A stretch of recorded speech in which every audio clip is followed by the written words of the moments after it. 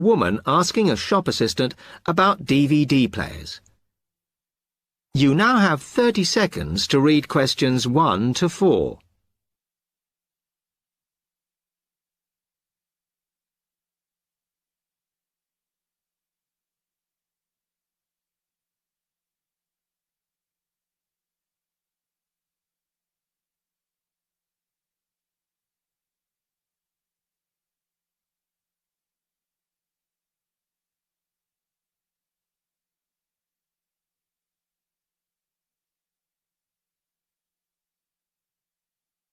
Hello, I'm interested in buying a DVD player. Can you help me, as I don't know very much about them? Of course. We sell quite a range. Actually, we're doing a customer survey at the moment, so I wonder if I could fill in this form about you, and that will actually help me to advise you on the best DVD player for you. Oh, okay. First of all, your occupation. Student. Okay. Then, have you already got a DVD player? No, I've never had one before. Uh-huh. And how much do you think you want to spend on a player? I'm not sure, really, but I have got a budget. My friend said I should allow about £100, but I can't afford over £85, so that's what I'm working on. Mm-hmm. And do you watch DVDs very often? Depends what you mean by often. I don't know what the norm is. Is it about 2 a week? I suppose I watch 3 a month. That's enough for me. Yes. What sort of films do you like watching then? Action movies? Not really. Oh. My boyfriend always insists we watch science fiction movies, but I prefer thrillers. Something to get your teeth into. Okay, just one more. Do you watch other DVDs? Ones that are not films, like music or something? Not much, because I don't want to spend the money on something I can watch on TV, but I occasionally rent out comedy programs, and I fight with my boyfriend over all the sports DVDs he watches. You now have 30 seconds to read questions 5 to 10.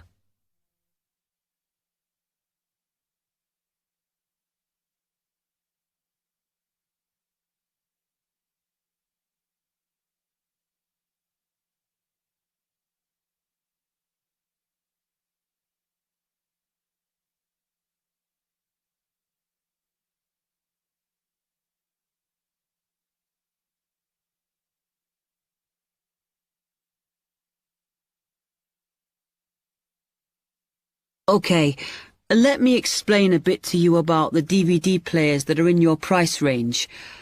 First, there's the DB30, which has only got basic features, but it is a bargain at £69.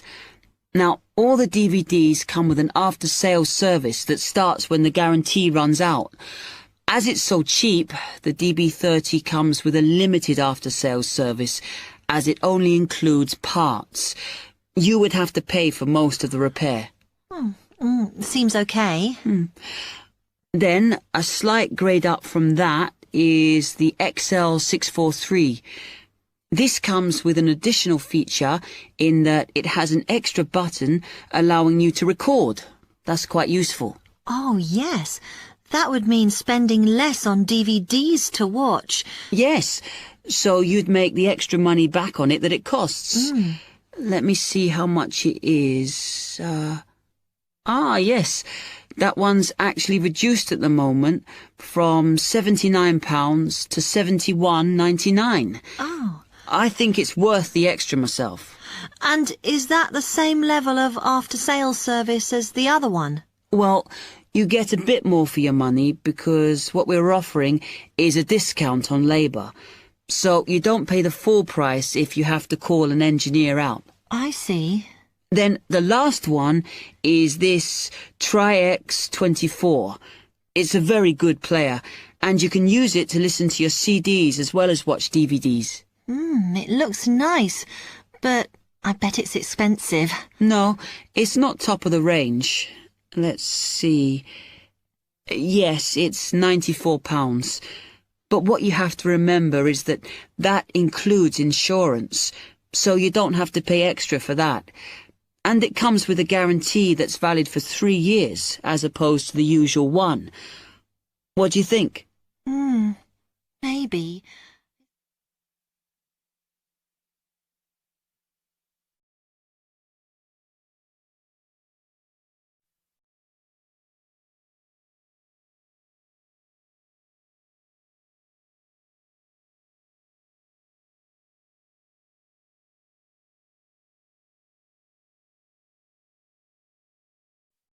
Section 2. In this section, you'll hear an introduction on cheese making. You have half a minute to read the questions 11 to 20 first.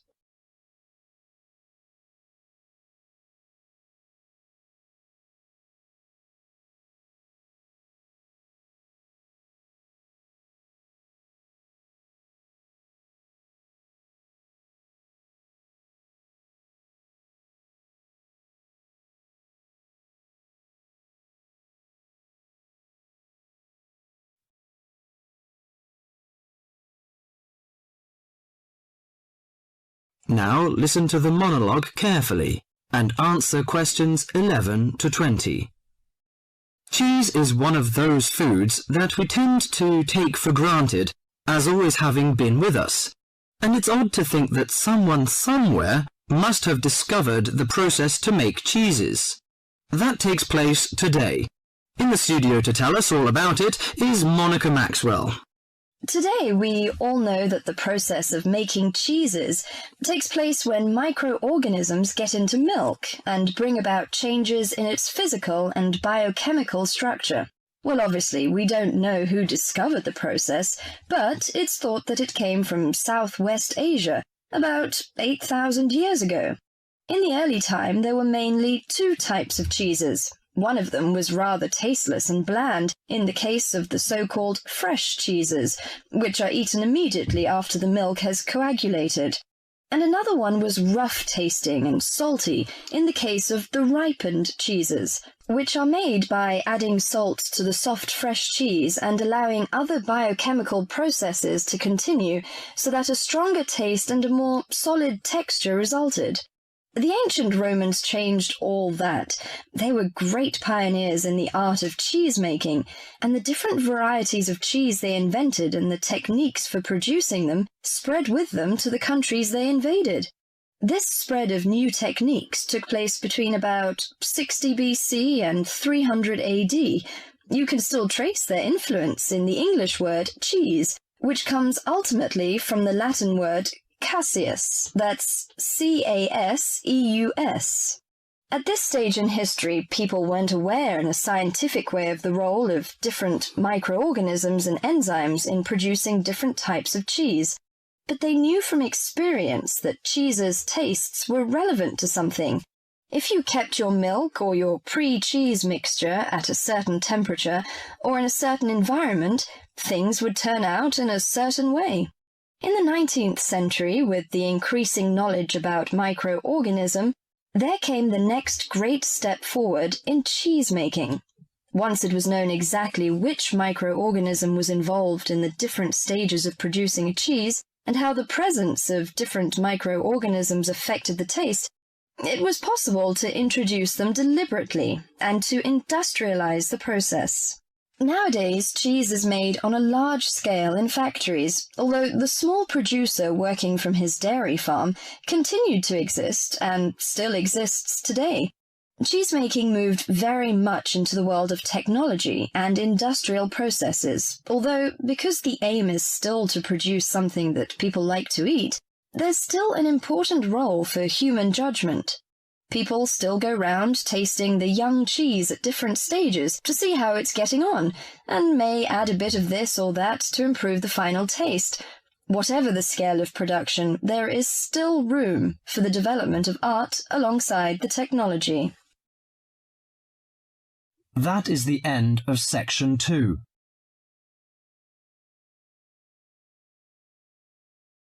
You now have half a minute to check your answers.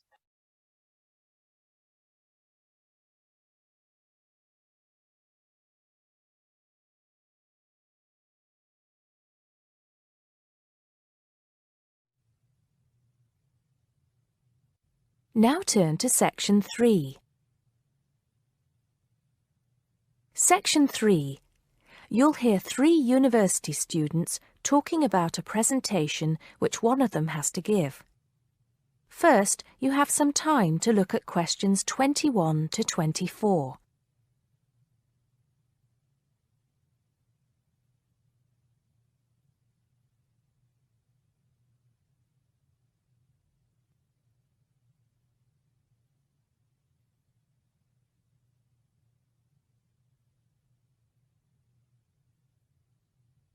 Now listen carefully and answer questions 21 to 24. Hi, Joe. Hi, Isabel. Hi, Paul. Oh, hi, Paul. I've heard you've been stressing out about your presentation on art. I am. Are you still going to talk about the different types of art? Yes. Well, I was planning to, but there's so much stuff on the subject that I'm finding it difficult to put it all into one short presentation. Huh? I usually have the opposite problem. There's nothing worse than going blank, forgetting your words in front of a group of people. Well, the problem is that I don't know how to organize what I want to say in the presentation. Well, you know everything there is to know about the subject. It's just a question of selecting what you want to talk about. Well, there's a lot to discuss about the different periods in art. That's a good way to start. Then you can bring in how specific types of art were popular in each period. Yes, like how sculpture was popular in the classical period and paintings were popular in the Renaissance period. And how now a wide variety of media are used to create modern art. As long as you keep it concise, because it's a large area, there's so many periods and movements in art, and you don't want to just list them one by one. I agree. An explanation of the movements and periods in art wouldn't be too long. You're right. I need to just pick out some key points. Just mention the periods quickly so that I can move on to the real topic of the presentation. Yes, the variety of art, like sculpture, paintings, installations. I have an idea. Why don't you prepare a timeline to show to the class? That would be a nice visual, and it would focus your ideas so you don't get too sidetracked. Great idea. It would certainly cut down on time. Right then. Where are we? You'll begin with a very short introduction to the historical periods of art. Then, you'll talk about popular types of art within these periods. That's sorted. Maybe you could also mention some key works of art in each period, like the Venus de Milo statue or the Scream by Edvard Munch, and give some interesting facts on them. That's not a bad idea, because it does give people a frame of reference when I talk about specific kinds of art. After giving a historical context, I should really talk about different forms of art, shouldn't I? Yes, you should. After that, you can conclude with a question on what is considered to be art. Now, that would be really interesting. Yes, comparing the traditional views of art with modern views. Exactly. I think I'll have a collection of pictures, including famous pieces of art from classic to modern, projected on the wall, like the Mona Lisa, and some pop art, and ask people whether they think it's art or not. Before you hear the rest of the conversation, you have some time to look at questions 25 to 30.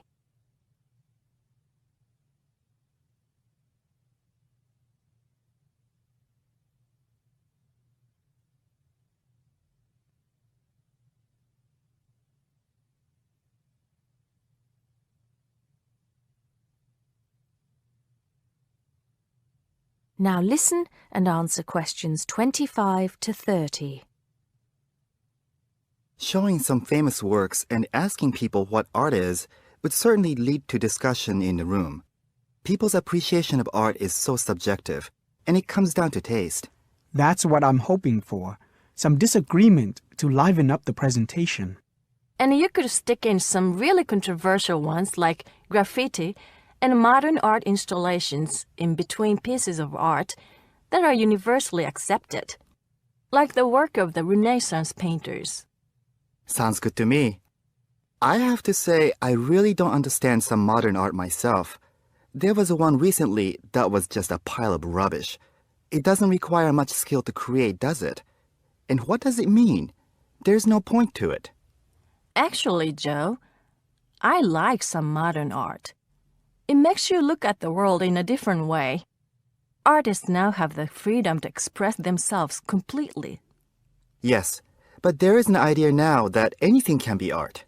I've heard of paintings being sold for large sums of money, which have been done by small children and animals. Now that's ridiculous.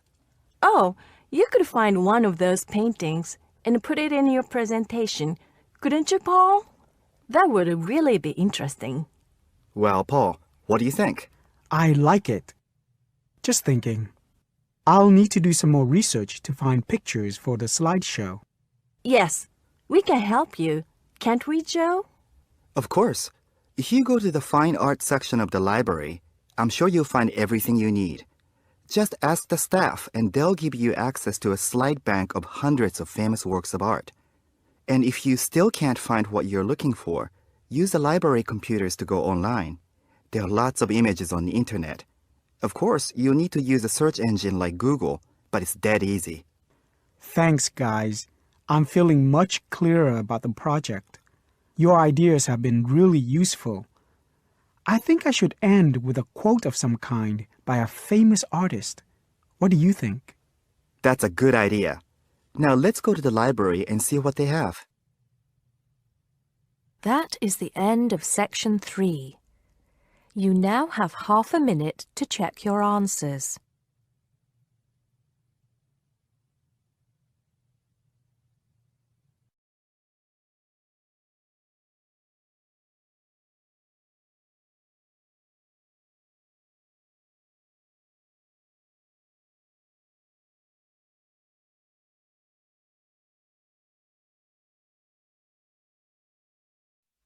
Section 4.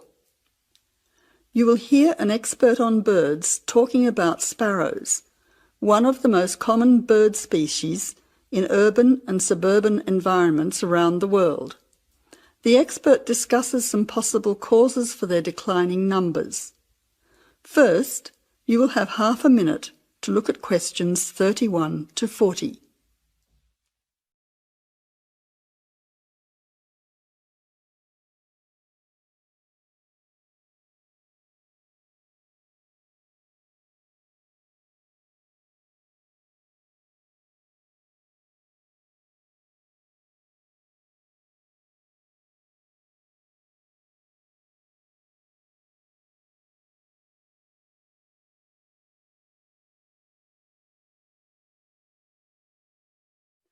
Now listen carefully to the talk and answer questions 31 to 40. Some people dislike sparrows and see them as annoying pests in their neighbourhood. Others see them as an interesting part of the urban environment. Love them or hate them, it could be that the familiar scene of these birds flying, hopping and chirping in our city streets will soon become a thing of the past. Until recently, there were so many sparrows around that people tried all kinds of methods to get rid of them. But it now seems that many people are starting to worry about the declining numbers of sparrows in many cities around the world. Over the past 20 or 30 years, sparrows have been disappearing throughout many parts of the world. In Britain, since the 1920s, the overall population of sparrows has declined by 92%. In London, they were once so plentiful that people who conducted regular surveys did not bother to count them because they were simply too common. Now there are none. This decline has also been recorded in some cities in continental Europe, parts of North America, and India as well. Some people will be surprised at this, as they probably still see many sparrows in their local neighbourhood. But whereas some suburbs may have large numbers of sparrows, in the next suburb there may be none. So, why are they disappearing rapidly in some areas, yet still exist in large numbers in others? Well, it is a bit of a mystery. Some say it is due to local issues.